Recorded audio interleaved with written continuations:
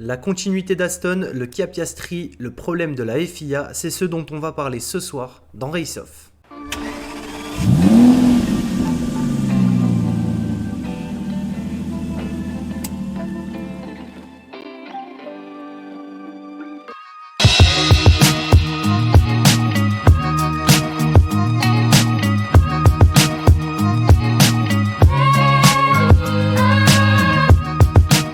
Bonjour à tous, bienvenue dans le premier épisode de Race Off. On est en compagnie aujourd'hui de Pablo, comment vas-tu ? Ça va, salut tout le monde.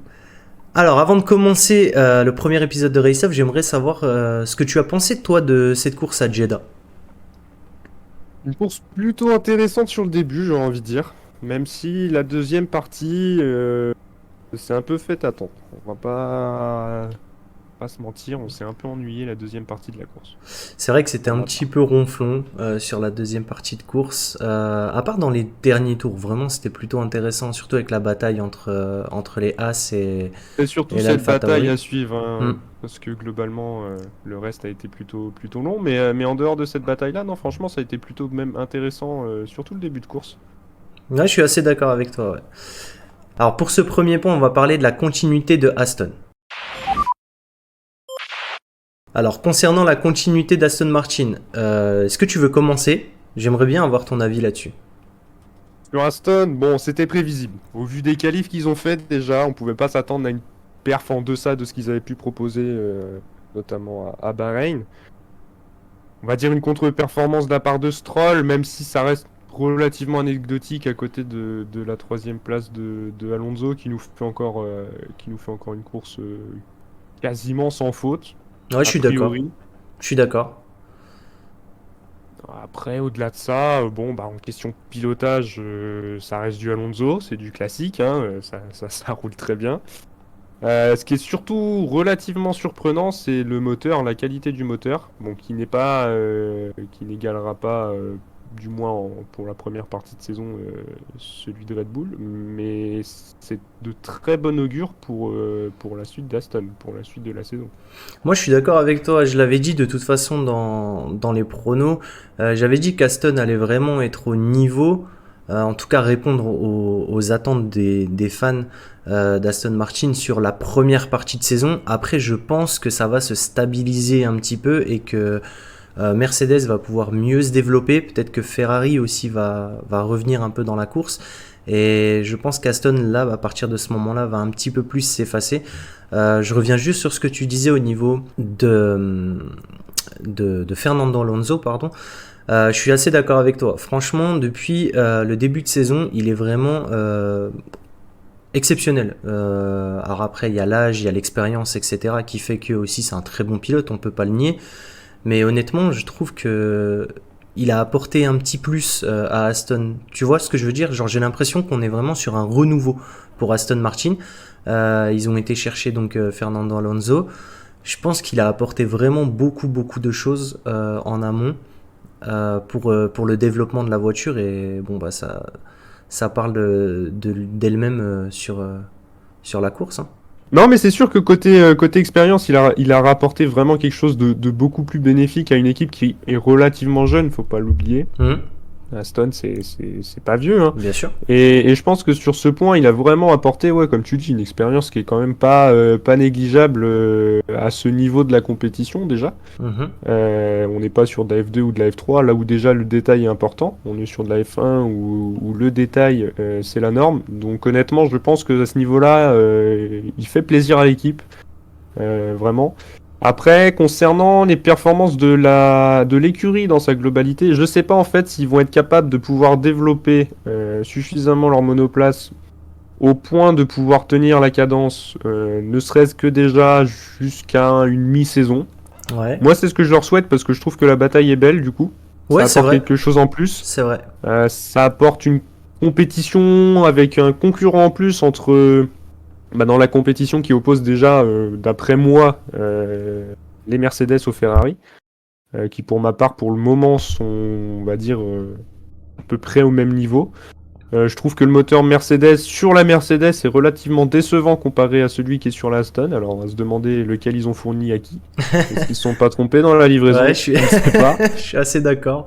Je suis assez d'accord. C'est très compliqué hein, pour Mercedes hein, depuis, C'est depuis la relativement saison dur. dernière. Là. Ouais, c'est très très compliqué. Mais ouais, pour en revenir à ce que tu disais au niveau d'Aston, ouais, je suis assez d'accord avec toi. Je l'ai dit d'ailleurs dans le résumé du Grand Prix de Jeddah. Ça fait vraiment plaisir de voir une Aston comme ça pouvoir jouer des podiums, se battre avec les grosses écuries. Franchement, c'est vraiment plaisant à voir. Honnêtement, c'est vraiment plaisant à voir. Ils sortent de nulle part. Ils font un taf qu'on leur avait pas prédit il y a 2 saisons. Hmm. Donc non, c'est plutôt agréable. C'est plutôt agréable. Et Bah, c'est c'est pas sûr. des pilotes, c'est des pilotes d'expérience quoi. C'est pas n'importe qui non plus. Donc Ouais, c'est sûr. Non, non, mais je suis d'accord. Puis pareil, même au niveau du développement, etc., ils ont des fonds illimités avec Stroll père. Ils ont de quoi quand même pouvoir continuer, je pense, le ils ont de développement. quoi voir venir, Ouais, effectivement. totalement. Ça, je pense que oui, on est bien d'accord là-dessus. On est d'accord. Le deuxième point que je voulais aborder ce soir dans Race Off, c'est le cas Piastri. Alors personnellement, je trouve qu'il répond pas du tout aux attentes. Il est vraiment pas au rendez-vous. Alors certes, on peut dire que oui, c'est sa première saison en F1, etc., etc. Il est dans une nouvelle écurie. Il y a peut-être aussi la monoplace qui n'est clairement pas au rendez-vous. Mais honnêtement, moi, Piastri, j'y crois, mais alors absolument pas. Je pense que ça va être un flop total chez McLaren. Pour moi, c'est déjà le flop total en fait. Pour moi, c'est déjà le flop total parce qu'on a une voiture qui est pas aux attentes, ni pour Piastri, ni pour Norris. On a vraiment une voiture qui est complètement en deçà, ne serait-ce que des performances de l'année dernière. Mhm.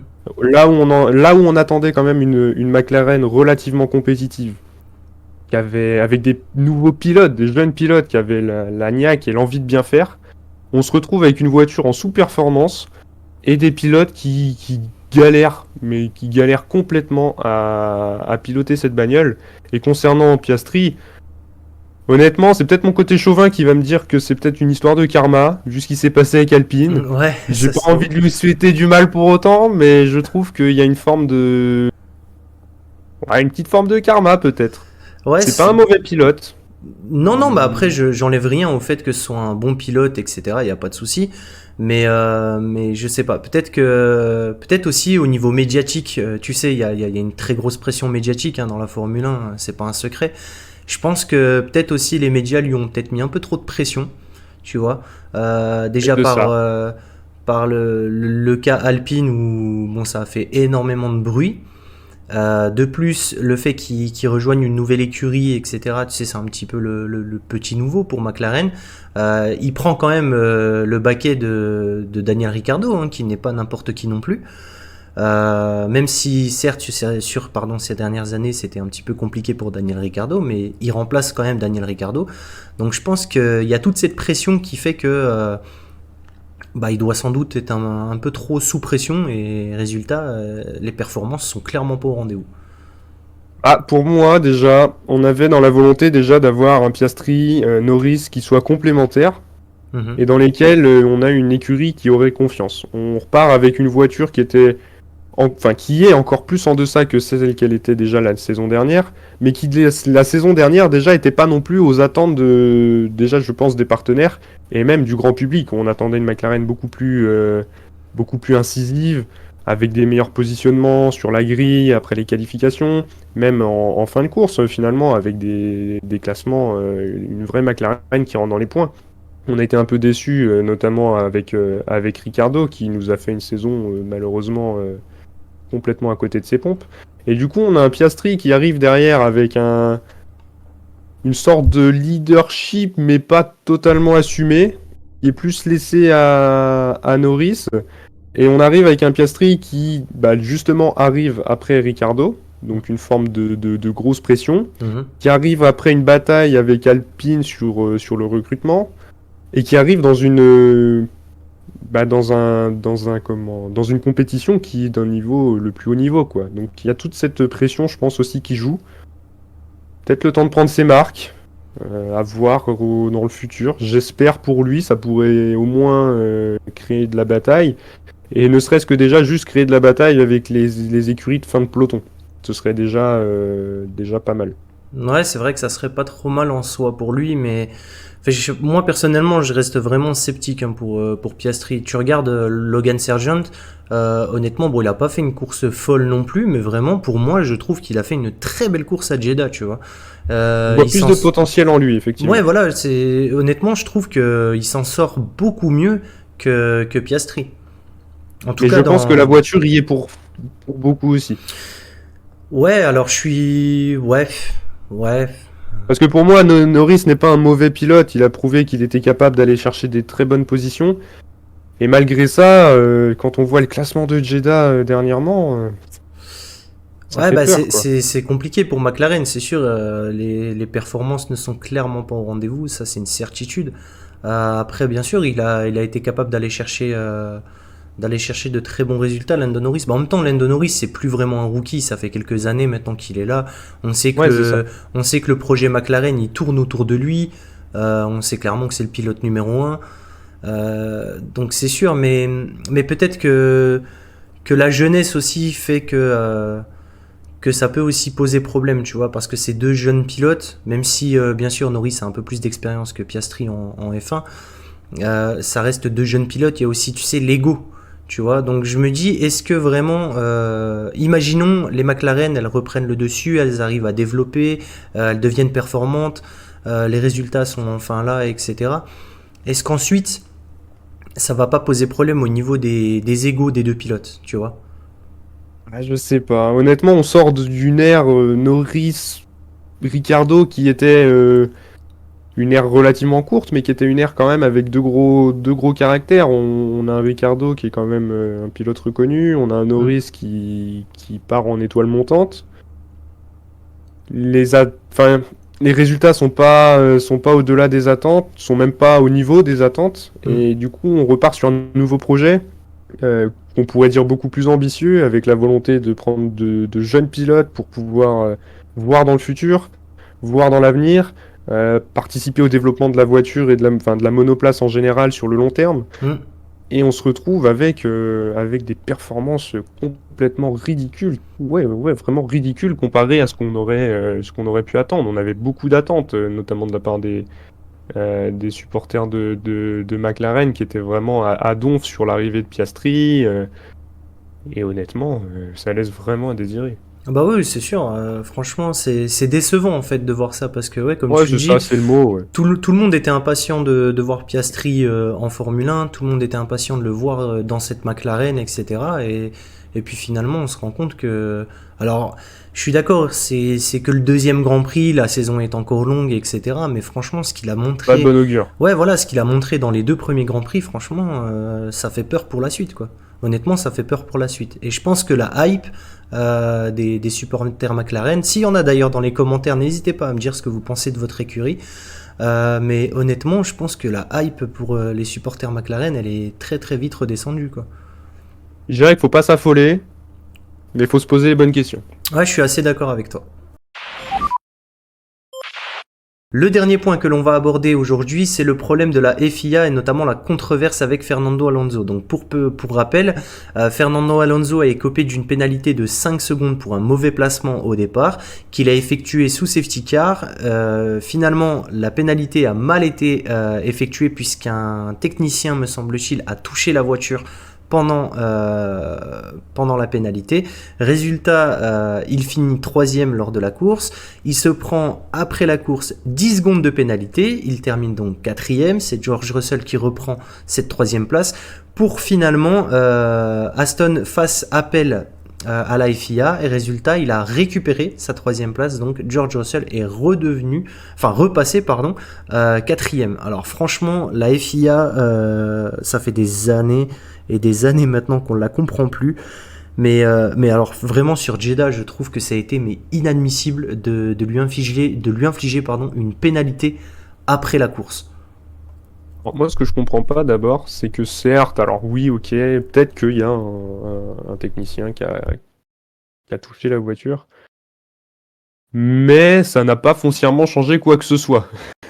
Parce que le simple fait de toucher, alors même si ça peut être le règlement, certes, mais rien que le fait de toucher en soi n'a aucune influence sur la course à partir du moment où il n'y a pas d'action de fait. Au-delà de ça, je vois pas l'intérêt de pénaliser un pilote après la course, sachant que l'action qui se voit pénalisée a été réalisée déjà de 1 sous safety car, qui a eu lieu en plein milieu de la course.